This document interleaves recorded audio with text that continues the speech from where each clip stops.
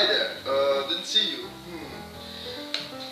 Our topic is about the language of humor, in which we focus on differences between humor in the American language and the British language, and how comedians manipulate language to a comedic effect. The American hero is the smart-talking, he's Jim Carrey and he's Ben Stiller and he's, whoever, he just goes all the way back. They can wisecrack their way out of any situation. They win the girl, they're smarter, they've got the biggest knob in the room. The British guy arrives at the room and says, oh my God, I've left my knob behind. I haven't even got one. We use different types of series and articles on the internet to find the difference between these two.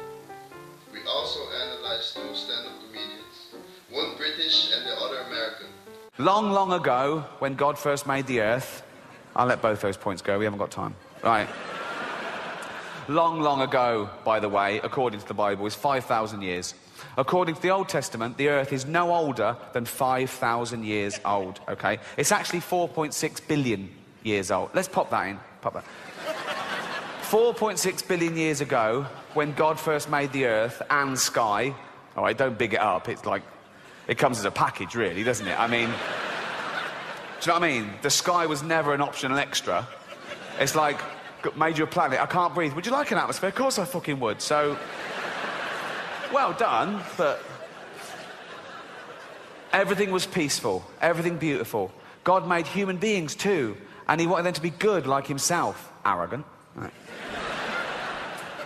But very soon they wanted their own way. They would not listen to God. They became wicked and did wicked things. Look at them doing wicked things there.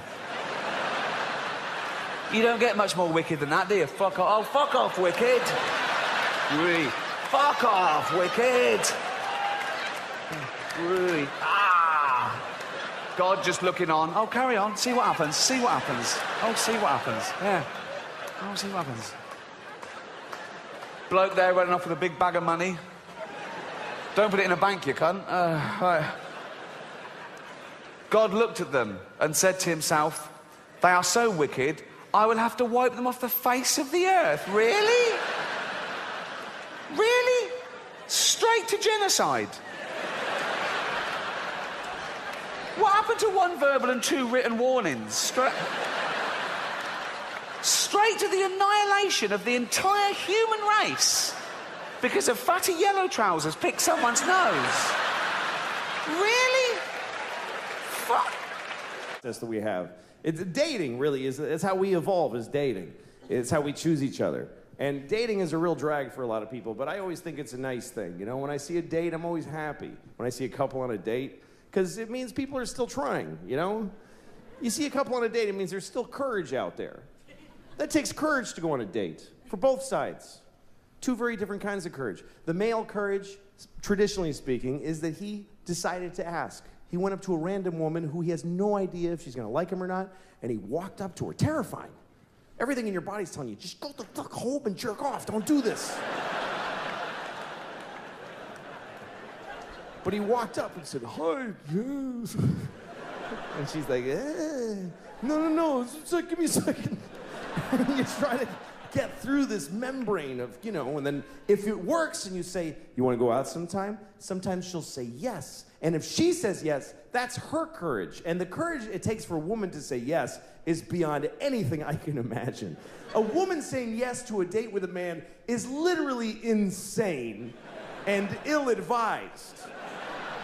And the whole species' existence counts on them doing it. And I don't know how do women still go out with guys? When you consider the fact that there is no greater threat to women than men. We're the #1 threat to women.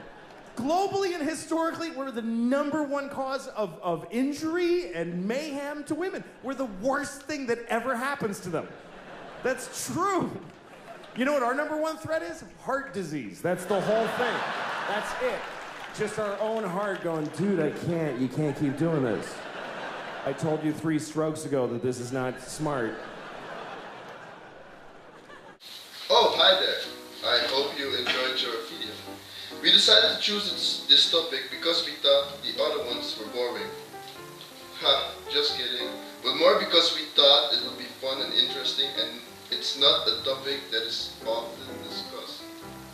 When it is discussed, it's not really serious because it's about humor.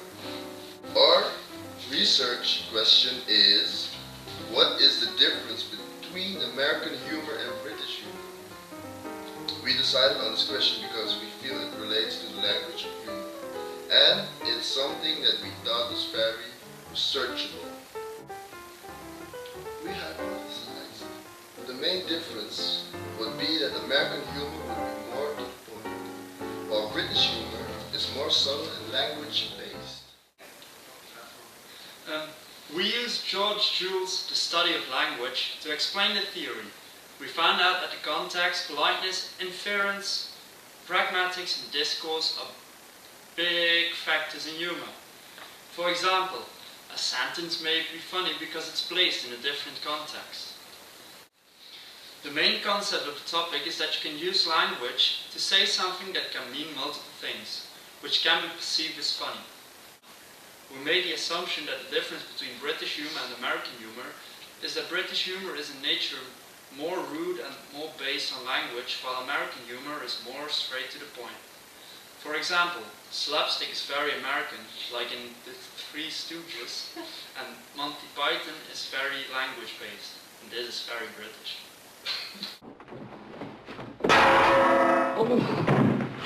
Mo, come here. Wait a minute.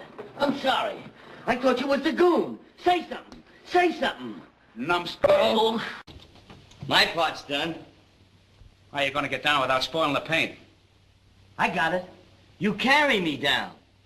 Am I dumb? Hop up here. Up's the daisy. Yes, sir. You're getting to be a mental giant. Thanks. Get a hold of that saw. We got to fix it. How? How? We'll break it in half and move the handle up to here. Oh. Bring it back now. It won't work. Stop! What is your name? Sir Galahad of Camelot. What is your quest? I seek the Grail. What is your favorite color? Blue. No.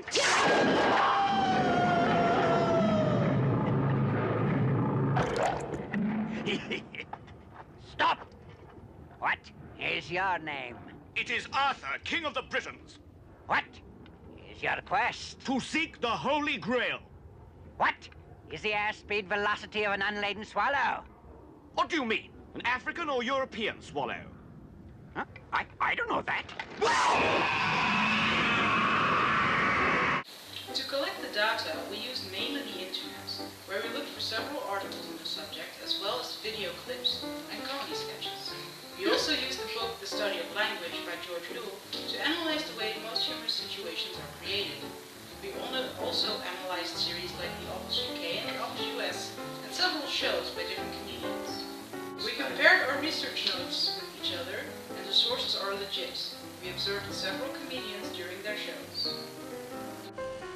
We were able to answer most of our research questions, even though some people had trouble finding the correct answer to one specific question, being, what is the difference between humor nowadays and 20 years ago? We were able to find a general answer. We were also able to answer the main questions and most of our sub-questions, and we came to the conclusion that our hypothesis was true, and that American humor and British humor are in fact different. They differ in the fact that British humor is more language-based and American humor is more slapstick-based and very in-your-face, while British humor is more subtle. It's because American stupid people sound stupider than every other kind of stupid person.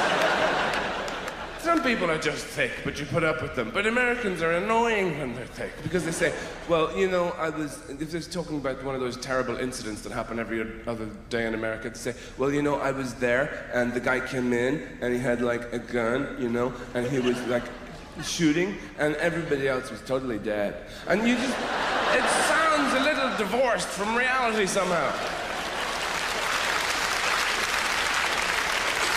So I think that's why there's this ill feeling about the place sometimes, because of everything the administration has done. You know, it's like the really bad flatmate of the world. Oh, sorry, did I break all your shit? I didn't know it was yours. Yeah, I'll replace it sometime. With my stuff. Just man. And it's like, you know, I've been living over here off and on for the last 12 years, and I'm grateful. I've learned a lot, just, you know, and just when I go back home, back to Georgia, they say I'm too British now. They say I'm sarcastic all the time. I defend positions I don't even hold. I mess with people intellectually just because. They just mad at me because of what happened last year. Last year I went home and I thought it would be fun to go for a whole day pretending I had never heard of Jesus. And just,